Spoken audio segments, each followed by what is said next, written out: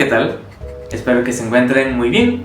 El día de hoy estaré platicando con ustedes un devocional que he titulado El tiempo importa, basado en el capítulo 13 de Nehemías, específicamente en los versículos del 15 al 22. Durante este tiempo estaré leyendo la nueva versión internacional. Antes de que hagamos la lectura, quisiera que entremos un poco en contexto. Nos encontramos casi al final del libro de Nehemías. Los israelitas habían reconstruido la muralla de Jerusalén, habían confesado al Señor sus pecados y se comprometieron a obedecer la ley. En algunas versiones de la Biblia, si se fijan, especialmente las que están de papel, aparece al principio de este capítulo un título que, a grandes rasgos, dice Reformas de Nehemías, y justamente se muestran algunas de las cosas que tuvo que hacer debido a lo que estaba ocurriendo en el pueblo. Ahora sí, sabiendo un poco sobre dónde nos encontramos y qué es lo que está pasando, dice así la palabra del Señor. Durante aquellos días, vi en Judá que en sábado algunos exprimían uvas y otros acarreaban a lomo de burro manojos de trigo, vino, uvas, higos y toda clase de cargas que llevaban a Jerusalén. Les advertí entonces que no vendieran sus víveres en ese día. También los tirios, que vivían en Jerusalén, traían a la ciudad pescado y otras mercancías para venderlas a los judíos en sábado.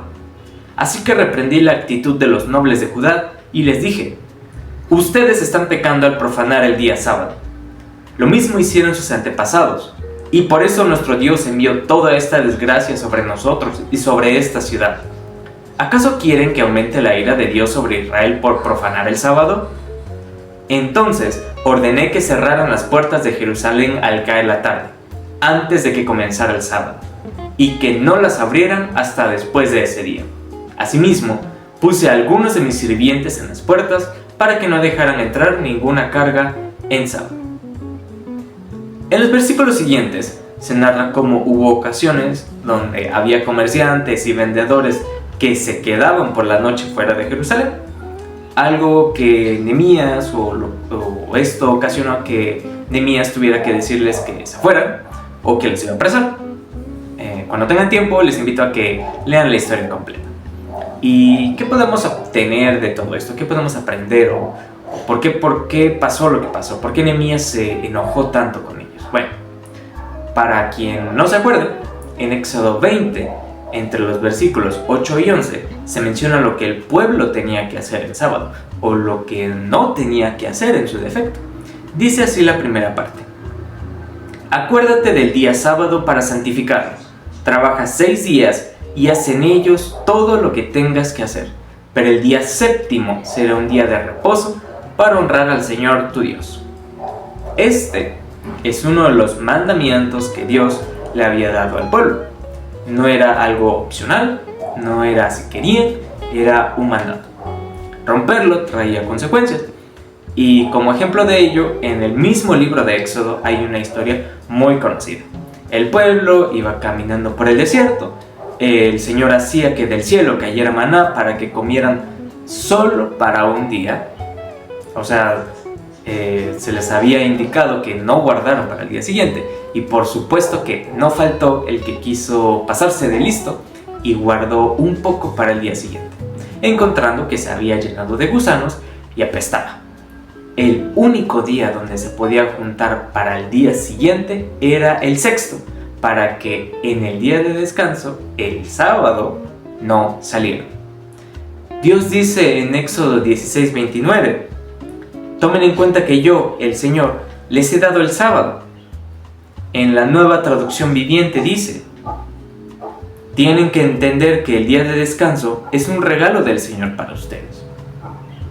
Con todo esto que estoy diciendo, es que Dios les había dicho a los israelitas que guardaran el día sábado para que lo santificaran. Y ya teniendo fresco por qué se enojó Nehemías en que estuvieran trabajando el sábado, el pueblo, sabiendo esto, conscientes que no se tenía que trabajar en sábado, siguieron laborando. Para algunas personas, quizá las acciones de Nehemías fueron un poco excesivas, como que se pasó un poco, no era para tanto. Pero él era muy consciente que con el Señor no se juega. Si Dios dijo que no se trabaja en sábado, entonces no se trabaja en sábado, era un no definitivo y punto final. Y luego fuera algo muy difícil de hacer. O sea, quiero que pensemos un poquito sobre este mandamiento. Entre los mandamientos que Dios le había dado al pueblo está el de no robar, no matar, honra a tu padre y a tu madre, cosas que hablando humanamente o en la carne son atractivas. Por eso la gente en el mundo las hace a diario y sin culpa. Pero luego está este mandamiento que dice que el día sábado no tengo que trabajar. No sé ustedes, pero a mí, si a mí me dicen no trabajes, no me lo tienen que repetir 2 veces para que lo haga. Como leímos anteriormente, es un día que el Señor regaló para que se lo pudiera honrar. Ahora, ¿a qué quiero llegar con esto? Bueno, no es tanto el hecho de que no se deba trabajar en sábado, más bien en que Dios tiene tiempos y son perfectos. Él es el más importante en la vida de todo creyente, o al menos así debería ser. ¿Por qué nos esforzamos tanto en llegar temprano al trabajo, a la escuela o a algún otro evento?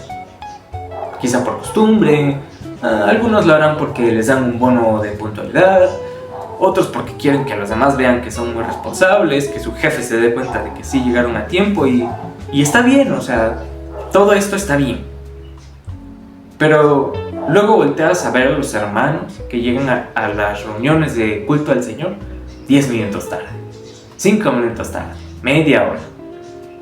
Y yo me pregunto, ¿por qué en el trabajo, la escuela, etcétera, sí se esfuerzan por llegar temprano y para el culto a Dios no?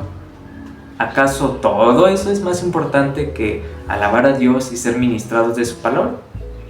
Aquí algunos podrían sacar el as de la manga de que les queda lejos el lugar de reunión, o que se quedaron dormidos porque el día anterior se cansaron mucho por el trabajo, pero volvemos a lo mismo.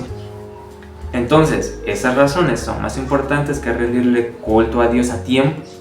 Él cuida de nosotros todas las horas de todos los días de todos los meses. Nosotros no seremos capaces de dedicarle 2-3 horas al día, una vez a la semana, para decirle cuán bueno es. Es un ejemplo, hablando de llegar temprano, a tiempo. Pero pasemos a otra situación, ¿no? Supongamos que el Señor le hizo llegar una palabra a un hermano que se encuentra muy apurado con el pago de un servicio y no tiene dinero. Le dijo que no se preocupara por nada porque él tenía el control de la situación. En una situación ideal, este hermano esperaría en el Señor sabiendo que de alguna u otra forma iba a checar lo del pago de su servicio, se iba a solucionar. Pero lo cierto es que es muy fácil dudar, sobre todo si es una cantidad muy grande y la fecha límite de pago es en un par de días. En una mala situación, y desgraciadamente una situación que pasa más a menudo que la situación ideal, este hermano pediría un préstamo para completar el pago y se quedaría endeudado. ¿Resolvió el problema? Sí, pero ahora tiene una deuda. Decidió no esperar. Dios obra de formas milagrosas. A lo mejor si se hubiera esperado como se lo había dicho, le hubiera perdonado el pago. Algún familiar que se haya enterado le hubiera depositado y quizá alguno pudiera decir, pero ¿cómo? O sea, jamás, nunca en la vida se le perdona el pago a nadie, o sea, un pago de un servicio a nadie. Y yo diría, ¿acaso esta persona no cree que Dios pueda hacerlo? No esperar el tiempo que el Señor dice nos hace fallar. Tomamos decisiones que, si no nos perjudican, no nos dejan en paz. En nuestra mente queda ese pensamiento o ese gusanito de ¿y si me hubiera esperado como Dios me había dicho? Y bien, para terminar, me gustaría decir que si alguno ha sido o hemos sido apresurados en tomar decisiones, no consideramos lo que Dios dice o no nos esforzamos por los asuntos del Señor, le pidamos perdón. Que a partir de este momento nos demos cuenta o recordemos que Él es sobrenatural, es nuestro Rey, Salvador, nuestra máxima prioridad y por lo tanto es merecedor de todo nuestro tiempo. Tengamos un breve tiempo de oración para darle gracias a Dios por este tiempo que tenemos.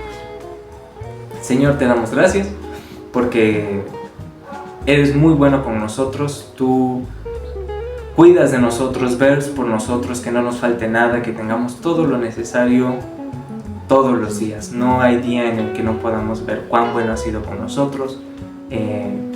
Siempre nos bendices y quisiera pedirte perdón si es que alguna vez he llegado a considerar que tus tiempos no son los mejores, si alguna vez me he adelantado o me he atrasado. Señor, perdóname, que a partir de este momento todos podamos ser conscientes que tú eres lo más importante, Señor. Tú siempre tienes la razón y lo que haces en nuestras vidas es para nuestro bien.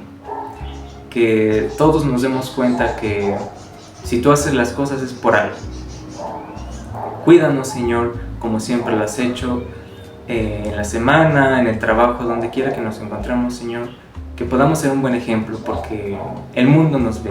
Donde quiera que nos encontremos, las personas nos ven y queremos ser buenos ejemplos para los demás, que vean que tus hijos, tus discípulos, Señor, son personas que saben que tus tiempos son correctos, saben que tenemos que hacer las cosas como tú dices. En el nombre de Jesús, amén. Y bien, con esto terminamos. Gracias por tomarse el tiempo de escuchar este devocional. Si les gusta este tipo de contenido, recuerden suscribirse al canal y activar las notificaciones para que sepan cuando se suba un nuevo video. Nos vemos, que Dios los bendiga.